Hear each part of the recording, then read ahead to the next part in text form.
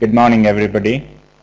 And on behalf of ICRUSAT team and also KSIConnect team, especially Resilient Dryland Systems Program team, I would like to welcome you all for this virtual seminar as well as the on-site seminar on subsoil manuring, increasing the water holding capacity of target soils used in rainfed agriculture.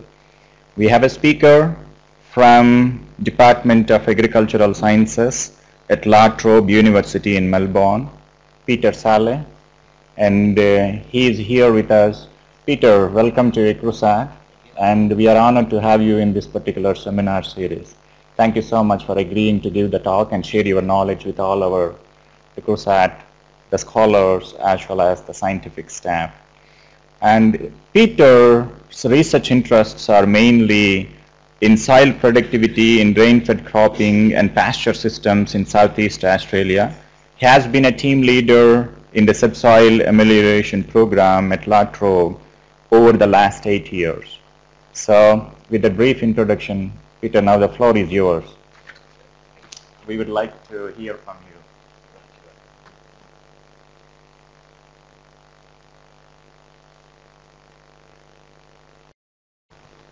Well, good morning, ladies and gentlemen. It is indeed my great pleasure to be here at ICRUSAT. I have for many years from a distance observed and admired the CGIAR organisations, and I remember one of my colleagues came here in the 60s. So it's an honour, as I say. And so look, I come from Southern Australia. I've come to India on the invitation of a non-government organisation in Bangalore who was dealing with smallholder farmers. And as you know, the seasons have been very difficult and very dry, and the farmers have suffered greatly. Their soils have not produced. And so I've come to share a technology with the NGO and with ICRUSAT and with India. It may be useful. It is a technology that works in target soils, special soils. And I've come to India to see where I can find those soils. And for the last 2 days I've been driving over Karnataka looking at talking to farmers, digging holes. I'm interested in the subsoil. And the soils that I'm interested in are the soils that have dense clay subsoils. Now, not every soil, and I have not seen many, where I have visited perhaps 10 soils, 12 soils, and only 2 in Karnataka that have these properties that may lend themselves to this technology. Nevertheless, there probably are other soils in India and perhaps elsewhere that might benefit from the technology. So I'm going to tell you this morning about this technology. I'm going to tell you about the productivity gains, the productivity increases in dryland agriculture. Then I'm going to talk about the economics, because when you see what I'm doing, you will think it is not economic.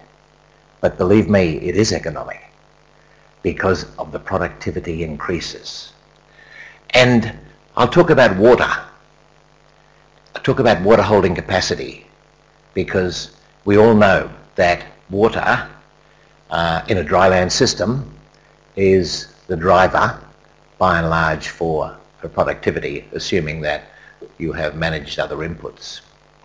And then I will end up by talking about why and how this technology works, yes?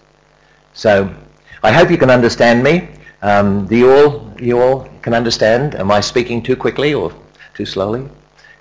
Fine? Okay, well, we'll push on. And look, the other thing I will say at the beginning is that I was just out having a cup of tea and I was looking at some of the magazines and I saw this particular document by your Director General, Tackling Dryland Challenges Through Innovative Science. And I think that in some respects what we've done here is innovation, It is scientific as best we can make it. I mean, we don't fully understand it, but we have documented in a scientific manner. And it is going, in our country, it is going to play a part in helping our farmers cope with the problems that lie ahead. And we are all worried about them, and as the seasons get drier or wetter and hotter. Yeah. So let me start with the issue, and these are the soils that we've been working with, and we have a lot of these soils. And the question I want to find out when I leave, while I'm here, is to what extent does India have these types of soils? Soils with a nice topsoil, productive topsoil, but down deep is the clay. And particularly in our case, they're dense clays, and in some cases they're sodic. We call them duplex soils. They go from maybe a light texture to a heavy texture. But they need not just be duplex. You can have a gradational soil, clay loam going down to clay, but the clay is dense and hard and difficult for roots to enter. So these are the soils that we have in Australia that have this problem of the subsoil. And it's interesting to note that this area here and here is where we grow our wheat in Australia. And so large areas of our agricultural land have dense clay subsoils. And that's where I'm from. And the work that I will be describing is right down here in the southeast corner. There is the state of Victoria, Melbourne, and we've been doing research in the higher rainfall areas of the dryland cropping region there. Okay, so the problem, the dense clay subsoil. The topsoil, quite good, quite friable, plants grow well, but down here in the clay, massive clay, we have the problem. It's very dense, there's very little pore space, very few roots compared to the topsoil. And what we have, this is in a temperate system where we grow winter crops. We grow wheat and barley and canola and those winter crops. And we sow them in the early winter, and we harvest them in the late spring. And what we find here is that the crops in dry springs, when there's a dry finish, the crops run out of water. And so we have reduced yields. But in our system, in the winter time, we have a lot of rain and we have waterlogging. And so our crops experience deep waterlogging, and then as the season finishes, sometimes there's a dry spring, and we lose on both counts. Waterlogging winter, dry springs, because the roots can't get down, and water cannot move. And so if it rains, the water just sits on top of the clay. So I've been looking these last few days around Karnataka, looking for soils that have dense clay subsoils where the crops are shallow rooted and where the farmers say, yes, we have a lot of waterlogging in the wet season. That's what I'm looking for. Okay, now, can we improve the subsoils? How can we do it? When we started our work, we were sort of criticised because everybody knows that it's too expensive. It's much too expensive to try and change the subsoil. It's exorbitantly expensive. Nevertheless, we were requested by a leading farmer to try and do something, see if we could. And we weren't worried about the cost at this stage. Can we improve that subsoil? And this is where it started, and this was the farm manager, and he invited us and he said we must do something about these problem subsoils. And we're able to set up a research project in Australia. We have this facility where the government encourages universities to work with commercial organisations. And so we were able to get funding to do this. And this is how we went about it. We said, righto, here is our topsoil. These were in raised beds actually in this particular paddock. And we put in these rip lines where we put different amendments down in the clay. Now the clay layer is down here, the subsoil, and so we went down from 30 to 40 centimetres and we buried the amendments down at that depth.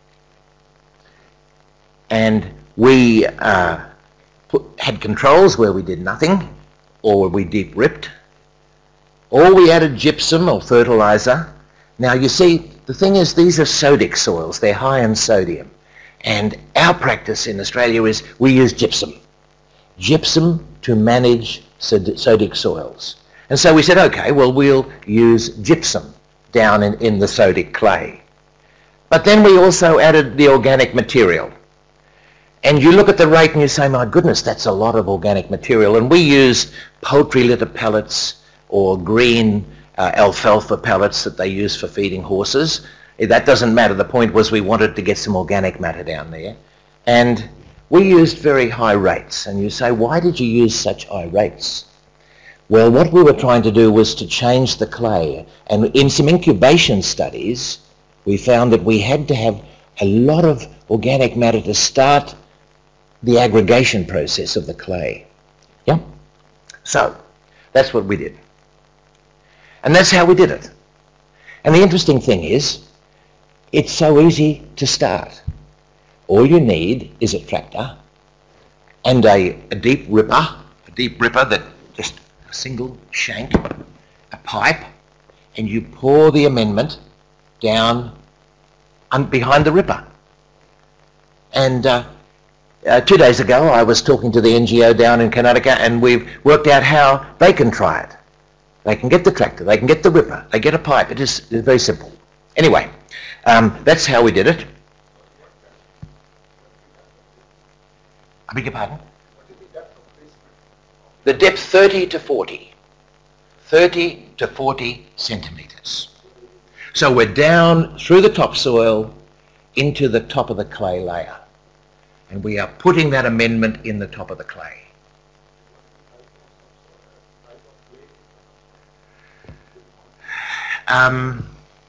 Look, it's not a kaolinite and it's not marulonite. It's a little bit in between, a little bit of swelling and contracting.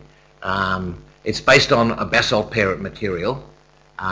We mainly looked at this at the agronomic effect of doing the practice, and we haven't delved deeply into the mineralogy. And I'll get to that. We have done a lot of sites, and the effect is the same. So it seems a robust. The clay type does not seem to be that important.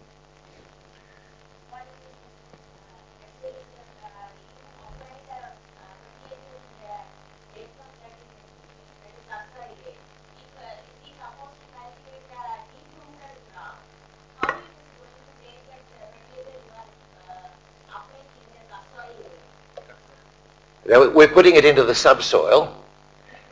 And the crops, we just grow normal crops, just wheat or barley, nothing fancy.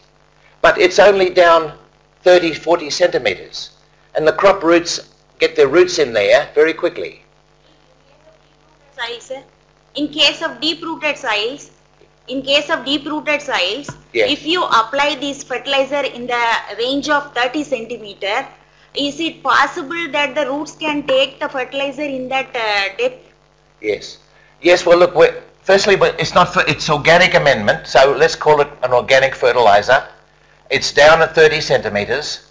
The roots get there very quickly, and the plants can access it very quickly they get the roots down. I mean, the shoots are this tall, the roots are that deep. So they're down there. Then, let me perhaps answer the questions more towards the end. Any points of clarification I welcome, but let's continue on until you see the full picture. Okay, so we did this in 2005, and we then grew a crop of wheat. About 2 weeks after we intervened, we grew a crop of wheat. And I'm going to give yield data in tonnes per hectare.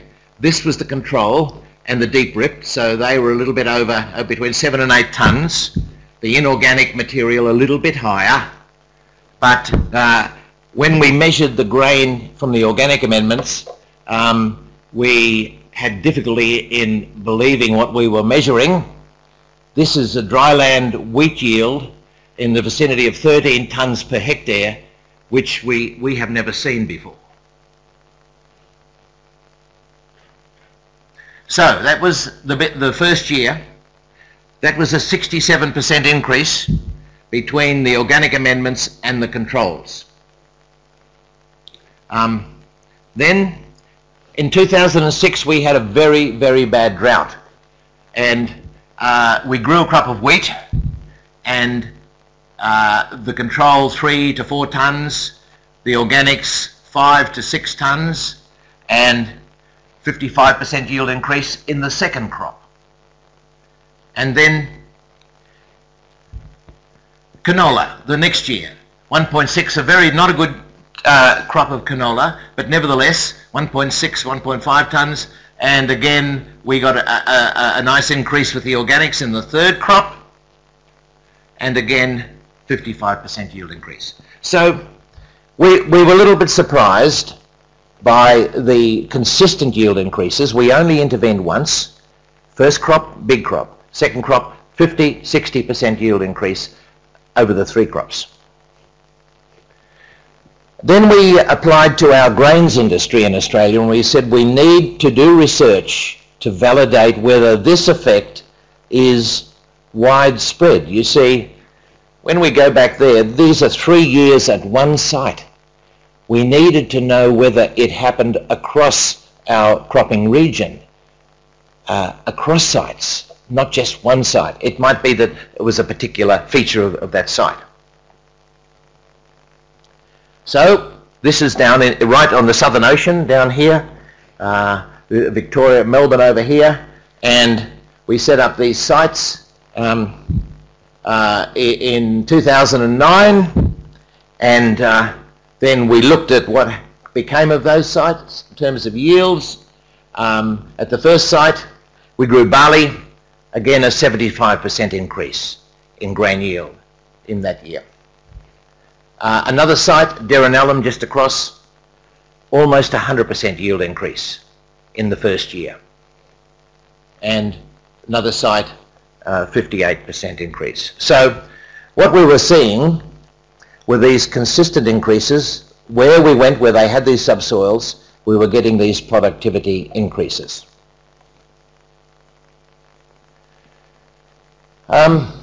So I guess let me just sum up now and summarise all of the work that we've done over these 8 years. And this was we ended up having 5 sites, 1, 2, 3, 4, and here at Dookie, and we had different crop sequences based on our temperate cropping system. The point to note is that at these 2 sites we grew 4 crops, one after the other, on one intervention. We put the amendments into the soil in 2009, and then we grew 4 consecutive crops, and we did nothing else. Okay, now let's just look at the dry spring in 2012, last year. And the point I want to make is that with this technology, it works so well when you have a dry finish to the crop. And we'll explain why that is. So let's just look at this. We had 5 sites. And the first one was where we grew canola. This was in, mind you, this was the 4th crop. The 4th crop. And we were able to virtually double the canola yield an 87% increase. Aderinellum, again, the fourth crop, an extra 4 tonnes of wheat, 65% increase. Stewarton wheat, that was the third crop, again 4.5. Dookie wheat 4.1. All our wheat sites yielded an extra 4 tonnes. And then the faba beans, we grew 1 pulse crop and we got an extra 2.7 tonnes. Now the point about this, ladies and gentlemen, is that if you look at the value of that crop and you look at the yield increment, in every case we're getting almost $1,000 per hectare extra per hectare. And the interesting thing is that these 2 sites were the fourth crop. We do it once and year after year after year we get an improvement. Now let's just summarise. That's the 2012. When we go to the 8 years and we summarise all of our crops, well, let's look at our wheat crops. Over 12 site by season combinations, our average commercial crop went 5.8 and our subsoil manure crop went 9.3, which was a 60% increase. A 60% increase average over those years, involving fourth crop, third crop, second crop. So, the question becomes, this is a major intervention, and you say it's going to cost a lot of money. And we did the full economic analysis, and believe you me, it costs a lot of money, more money than we thought. Yes, it's been exorbitantly expensive to modify the subsoil. And when we did the analysis, expensive, yes. At the Penshurst site, it was costing us $1,345 per hectare to do it. But you see, when you look at the costs, partly we had to purchase the manure, $320 a hectare, but the biggest cost, almost the biggest cost, was the freight in carting the manure across, in this case, 260 kilometres to the farm. And then we had to do the analysis on the machinery, and it was quite expensive as well. And so some of you are probably saying, well, this is all very well. Why are you persevering with this? Well, then, let's look at the full economic story. If we look at the extra costs in the first crop, we have to spend big time in doing it. But then after that, the extra costs are only the extra costs in handling the extra grain. The higher the grain, you have more freight, you have more storage, you have more insurance. Then you look at the yield, and you can see, well, okay, but look, we're getting yield increases: wheat 2.8, canola, wheat, canola 4.5.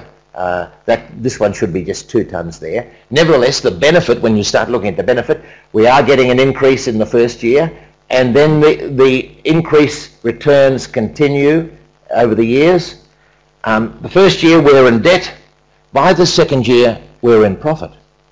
We paid it off within 2 years. And so if you look at this and you say, can you afford to undertake this investment? And you ask that question, then you look at the numbers, and then you come up with a second question. And the second question, can you afford not to do the investment?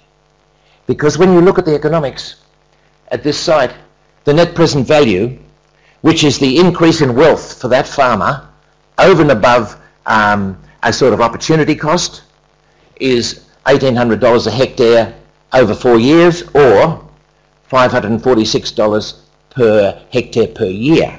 So that farmer is making an extra $550 almost per year for having done it. And the internal rate of return is very high. So ladies and gentlemen, the point is that this is a massive intervention, but because of the productivity gains, it is profitable when you look at the current prices for the crops. Okay, why? Why are we getting the productivity gains? And the reason is we've measured consistently is that we are now extracting water from the deep clay. We've opened up that clay and the roots are getting in, and what's more, they're taking water out and then more water goes in with the next wet season. We're getting extra nutrients, we're using manures and they're rich in nutrients, and also we're getting a delay in the waterlogging because we've got that much extra space in the subsoil to take in the rain before where waterlogging begins. Now, I just want to focus on the water. Let's go back to the first crop. 12 to 13 tonnes per hectare. When we measured the subsoil after that crop, it was powder dry. Instead of being quite moist because the roots never got there, it was so dry. And we said to ourselves, well, that's all very good. You've got a big crop in the first year. Your second crop will be no good because you've used all the subsoil water. And so we started to measure what we had used. And this crop here, we said this crop won't perform because we will have used all the subsoil water. In actual fact, it wasn't like that at all. If we look at the extraction of water by those crops in 2005, you'll see in the control and the subsoil manuring, that's how much water we extracted, 57 millimetres of water, subsoil water, from 20 to 80 centimetres, compared to this extraction, 123 millimetres from 20 to 80 centimetres depth, and highly significant. So this is what we're having. The commercial crop wasn't able to extract much water from that clay. Once we'd opened up, once we'd subsoil manured, we got a lot more water, more than double the amount of water out of that subsoil. And that was the reason why we got the high yields, partly, apart from the nutrients. Okay, so let's just go now to the following fallow period between the crops. And this makes interesting comments. We had a bit of rain in that summer period. Let's just look at the accumulation of water in the subsoil over that wet summer. Controlled subsoil manuring. That's how much water we captured in the summer fallow. We had 200 millimetres of rainfall in the summer, and we captured 45 millimetres between 20 and 80. When it comes to the subsoil manuring, this is what we captured, 125 millimetres. So instead of depleting all the water, we replenished the water with the rain that fell between the crops. And lo and behold, we were filled up again. We had a full profile. So, if we just quickly go, the next following crop, you can see again it's the same story. This is the extraction of water in the control versus the subsoil manuring. So, look, it's a story about opening up the clay and now using that clay as like a water storage reservoir to capture and then use. So, this is the most exciting development finding that we made. This is where we measured the water holding capacity of one of our trial sites. And for us, I use in a flippant way, it's like a golden chalice. It's like a dream that you try to do as a soil manager to try and really change your water holding capacity. We do a lot of work in Australia with precision agriculture, with farm mapping yields, using satellite guidance with the mechanised system. And we always find in a paddock high yielding, low yielding. And then when this first came about, people started to say, well, why is that high yielding and this low yielding? And they would do this over many sites. And they would measure everything they could measure. Nutrients, water holding capacity, texture, hard layers, depth of topsoil. And in every case, the reason why we were getting higher yielding, lower yielding, was this soil held more water and the crop had more water to yield higher. Yeah.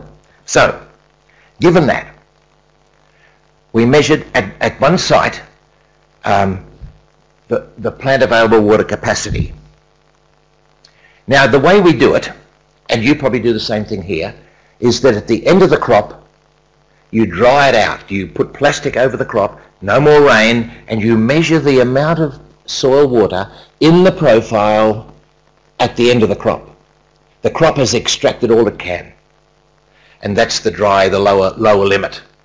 And then you come back after the crop is harvested and you put on your drippers and you just fill up the soil profile. And then you let it drain. And then that's the upper limit.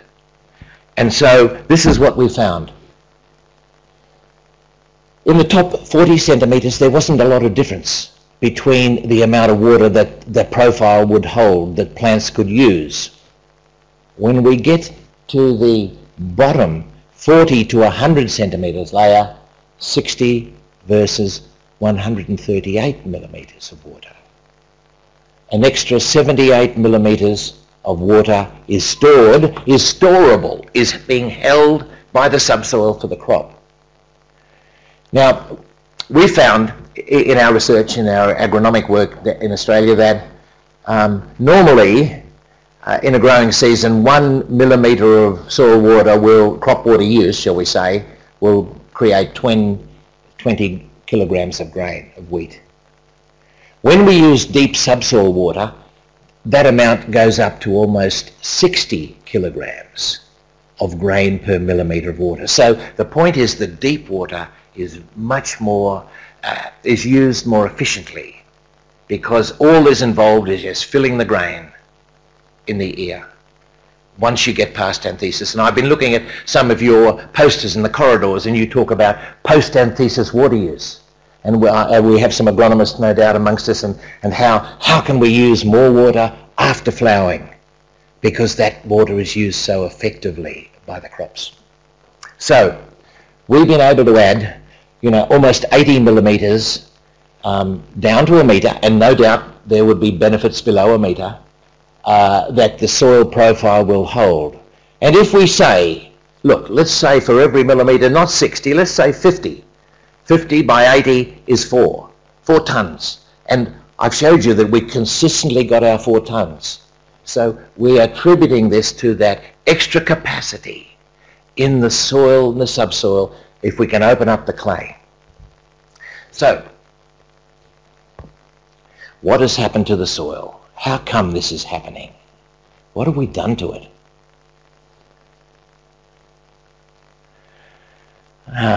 Well, this is a little story I'll tell you. It relates to a student project. I'm at the university and we have our final year students doing projects. And I said to the project, he wanted to work in the soils area. I said, okay, how about we go out to this site? Now this was one of the early sites and this was 4 years old. The intervention had been done 4 years ago. And we said, let's go and sample the subsoil to see if we can see any differences. And the student said, right, yep, let's do that. And we worked out we'd need about 60 cores from the subsoil between the control and the subsoil manure. And I went out with the student this day, and it was pretty hard work, and we had an auger, and then we take the core, a dropping weight that gets a nice intact core, 30 to 40 centimetres. And I think in the first day we got about 4 samples, and then he went out on the next day by himself and he got 6 samples. And we needed 60. And so we were getting nowhere. It was just hard work to get that thing. But his father was a plumber, yes? And a plumber who works with pipes and water and what have you. And he said, I'll tell you what we'll do. We'll bring out a little backhoe. A backhoe in Australia, a little machine that digs a trench like this at the back of the thing. And so he put these trenches across all our plots. In about, I don't know, 10 minutes he did each strip. And so the student was able to go down and actually take a core sideways into the amended layer. Now, the story was this. When he went to the control, That was the clay. He had to get the brass ring, he had to put it against the clay layer and hit it with a hammer. It was so hard. And then to get it out, he had to get a screwdriver and push it in and work it out and then get it that way. When he went to the subsoil manured layer, and this was 4 years since it's been treated, all he had to do was just to push it in with his hand and pour it out. And so that's what was happening to the whole bed. Now, this is across the bed. Right from there to this side over here, you can sort of see this aggregated layer in the clay. Yes? Right across. Even though we put 2 amendments, it had spread right across between the rip lines.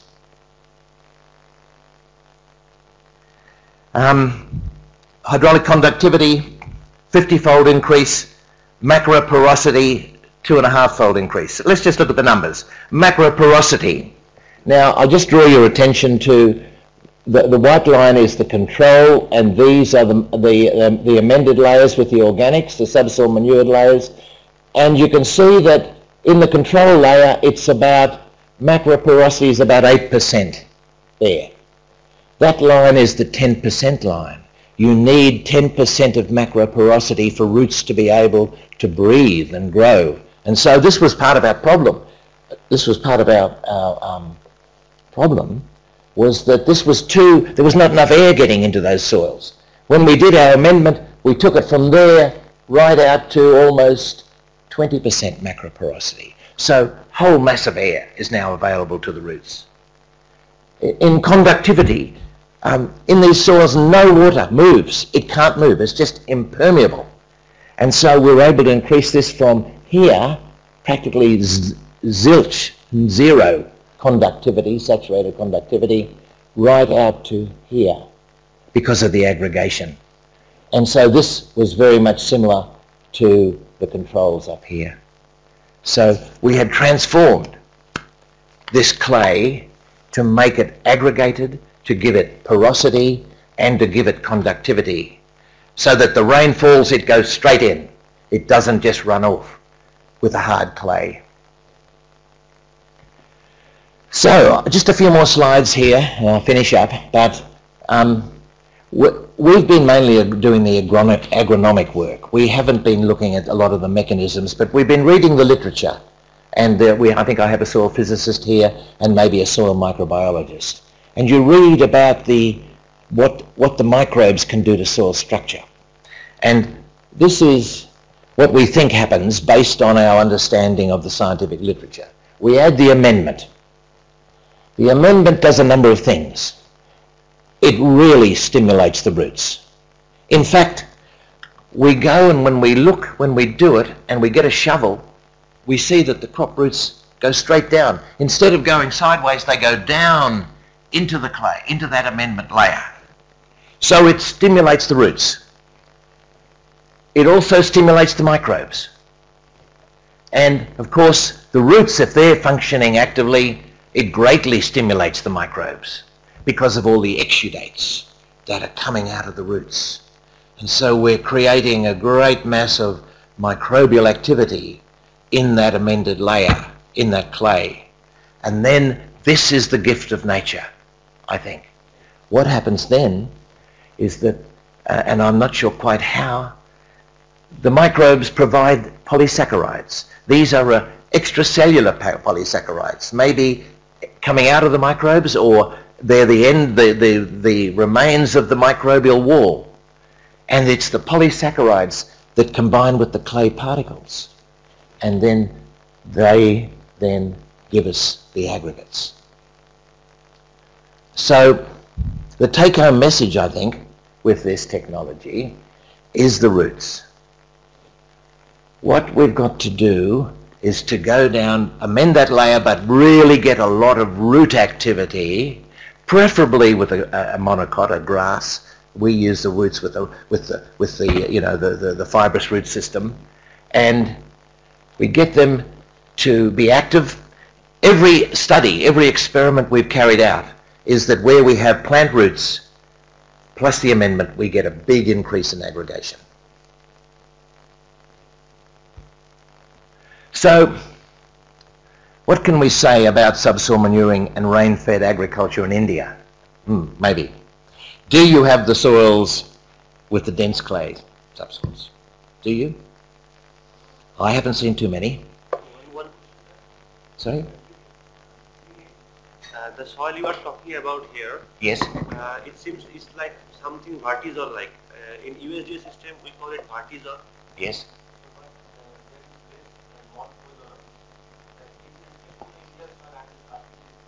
Yes. Vertisols? Yes. Yes. I think so. If you have, the key thing is the dense clay and preventing the root penetration and preventing water movement. And in a vertisol, when it gets wet, very little water gets through. It depends, there are good vertisols and there are not so good vertisols, aren't there? Some are quite hard. I think it's those hard vertisols where the roots can't get in. If you can get the aggregation going, the roots will get in, they will dry it down, and the water then can get in. Yeah. I've looked at a map of India, and I'll show you. There. And I looked at that, and I'm not a soil pedologist or a soil taxonomist, but I do note that Alfisols, this is from the American system, they have clay accumulation in the subsoils. And you look and you say, my goodness me, look at all that Alfisol country. But when you get to this country and you start looking, there's often not much, it's a very crude classification. And I only found pockets where there was even clay down there. There was a lot of gritty sand and there was a lot of gravel and things like that. So in the time that I have here, I'm going to try and work with some NGOs and try and identify, but I'm hoping that I can work with the Incrusat soils people and maybe the Indian government soils people to really target, these soils where this technology may help, yes? If you look around the world and you look at the Alfisols, getting back to the Alfisols, there's quite a few around here. You see Australia, we've got heaps of them. India, as we saw, a lot in Africa, but it's interesting to see right through Europe there. So look, there's a lot of soils with clay subsoils. The question is, how hostile is it for plant roots, I guess. So, conclusions. I guess we continue to be amazed by the impact in our system of these aggregated subsoils when you get there. The increase in crop yield, consistent, continuing, large and profitable in these target soils. Increase in water holding capacity of the soil is profound. But I guess what I want to leave you with is our mantra. And our mantra is all about, and I think it was to be the same with Incrusat, is that we've got to capture more rainfall. We've got to store it, but let's store it deep where it won't evaporate. And we're going to use it by the crop, but let's try and use it after flowering as opposed to before flowering. And that's a better chance if it is deep. And then we grow more crop. All of that, we will grow more crop if we can capture and use and store, for sure. So, thank you. Thank you for the chance of using this. Now, I'm going to show you now, if you can bear with me, I want to show you a very short video, and this is the way we will probably be doing it in Australia. Now, in India, we don't know quite how the answers are going to be, whether it will work or whether it won't, depending on if the soils are right, it probably will. How to do it is up to the Indian system. You have different systems, you have smallholders, we have large holders. We have mechanisation and you are more manual system. But you do still have the tractors. And the amendments will vary where you are. So all I can say is at this early, I don't have all the answers for that. And in Australia, we only have one farmer who's doing it. So it's early days. So I'm just sort of sharing with the process that this is what's possible if you can apply yourself with these problem subsoils. Yeah? So let me, before we have maybe questions, maybe if I can just go out of here and show you what our one farmer is doing with this technology. Okay. Let's go to that. Let's just go to that one here. Now this is a video of a farmer who we dealt with. He's our collaborator, and that's how he's doing it.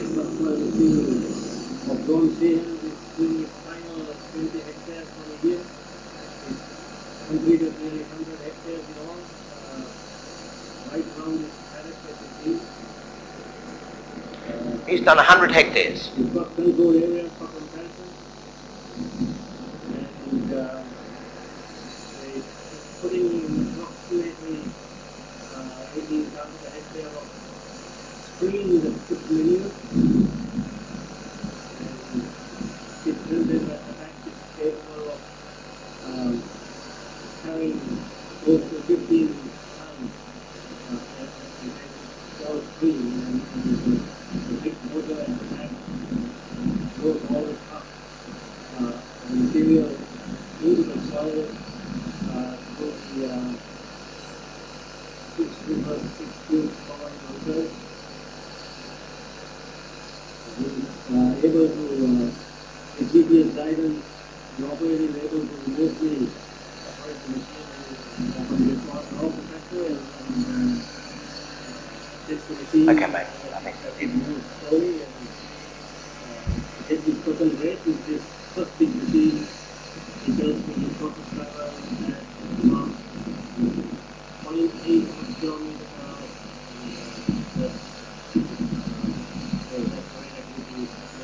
Okay.